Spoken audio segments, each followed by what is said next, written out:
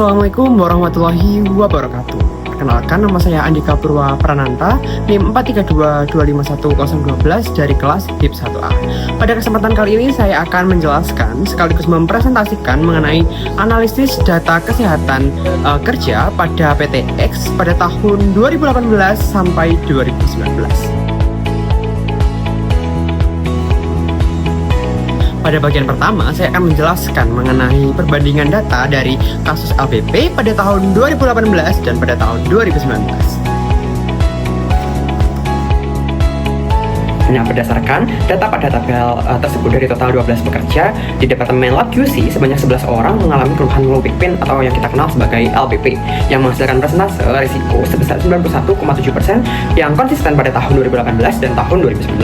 Sementara itu, pada Departemen EHS dari total 10 pekerja yang ada, sebanyak 6 orang tercatat mengalami keluhan LPP juga, sehingga memunculkan angka presentasi risiko sebesar 60% yang juga konsisten pada tahun 2018 dan 2019. Akumulasi dari data kedua departemen ini menunjukkan bahwasannya sebanyak 17 dari total 22 pekerja pada sektor indoor menderita nyeri punggung bawah akibat tingginya paparan risiko ergonomis di lingkungan kerja mereka.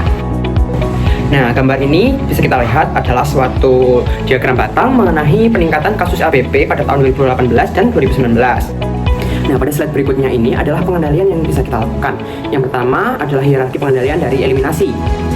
Menurut saya, pada bagian ini tuh tidak dapat diterapkan secara langsung karena pertama, faktor individu tuh pasti juga ada kan dipengaruhi LPP itu. Jadi dari postur bawaan, usia, dan sifat pekerjaan di laboratorium atau di kantor yang memang menuntut pekerjanya untuk duduk. Jadi tidak bisa dihilangkan total dari sumbernya.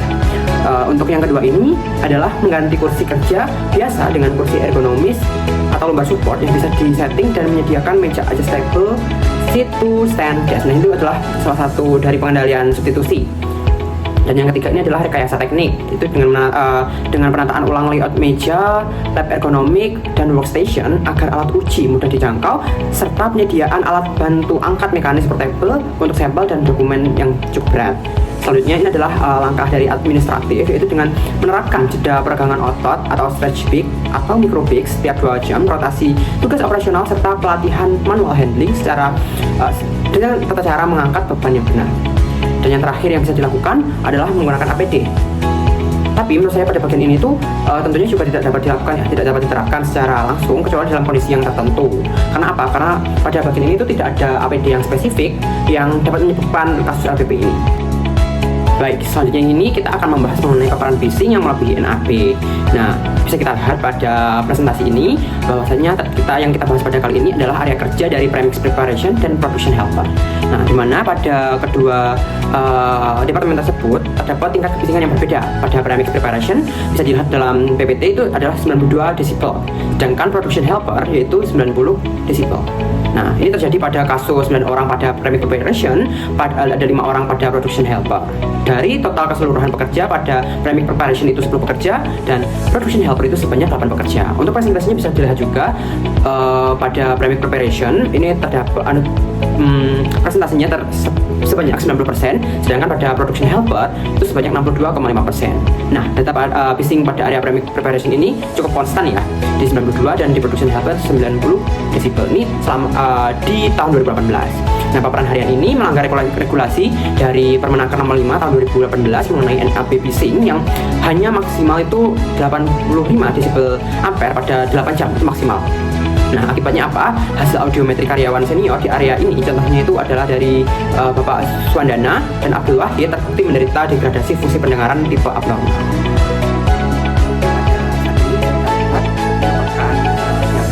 Dari paparan kebisingan yang lebih NAB kritis pada premix preparation dan production helper, yaitu pada premix preparation itu adalah 92 desibel dan production helper pada 90 desibel. Nah, ini adalah pengendalian yang bisa kita lakukan pada kasus kebisingan. Yang pertama, eliminasi. Hal ini tidak dapat dilakukan secara langsung karena mesin-mesin produksi di area premix dan production itu tidak dapat dihilangkan total karena merupakan inti dari proses operasional utama perusahaan. Yang kedua, pada substitusi itu bisa dilakukan dengan cara mengganti mesin atau komponen lama yang aus dengan model yang terbaru yang memiliki emisi suara yang lebih rendah atau low noise machinery.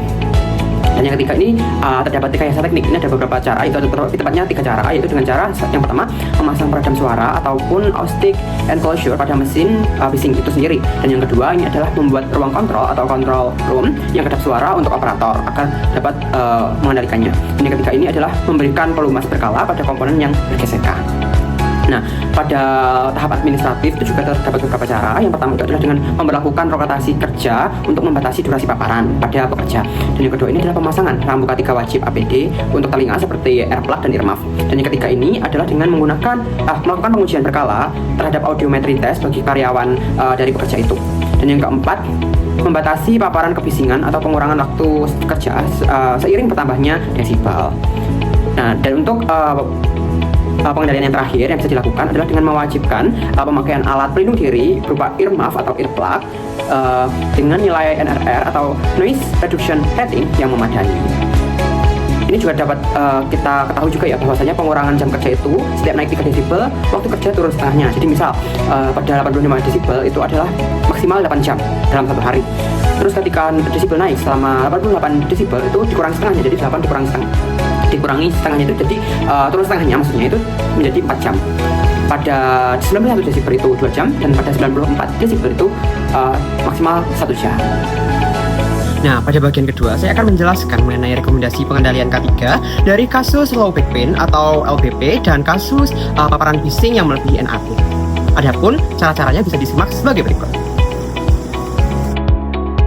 Nah, ini merupakan rekomendasi program pengendalian K3 secara umum ya. Ini pada intervensi ergonomi itu bisa dengan cara mengadakan alat bantu mekanis seperti pneumatic litter atau trolley di area handheld, mengganti kursi HRD dengan standar ergonomis atau lumbar support, serta menetapkan program peragangan otot seperti micro stretching terjadwal setiap 2 jam sekali. Hal ini juga bisa dilakukan pada departemen-departemen lainnya. Yang kedua ini adalah HCP atau Noise Protection. Itu dengan menerapkan Hearing Conservation Program atau HCP ketat. Itu dengan memasang isolasi peredam suara atau acoustic enclosure pada mesin bising utama yang mewajibkan penggunaan earplug dan earmuff dengan NRR lebih dari 25 desibel serta melakukan rotasi kerja harian. Nah, teman-teman, dari kasus pada PTX tahun 2018 dan tahun 2019 tadi, kita bisa belajar banyak banget bahwasanya angka low back pain atau LBP dan paparan kebisingan yang melebihi dari nilai NAB bukan hanya angka di atas kertas, melainkan di balik data itu terdapat produktivitas pekerja dan aspek kesehatan yang harus tetap kita perhatikan. Semoga informasi tadi dapat memberikan insight baru buat teman-teman semua yang lagi belajar dan berkecimpung di dunia K3. Makasih banyak telah menonton video ini dari awal sampai akhir. Bila suka sama konten ini, bisa like, subscribe, dan kasih feedback di kolom komentar di bawah. Saya Andika Purwa Prananta, izin pamit undur diri. Stay healthy guys, bye-bye.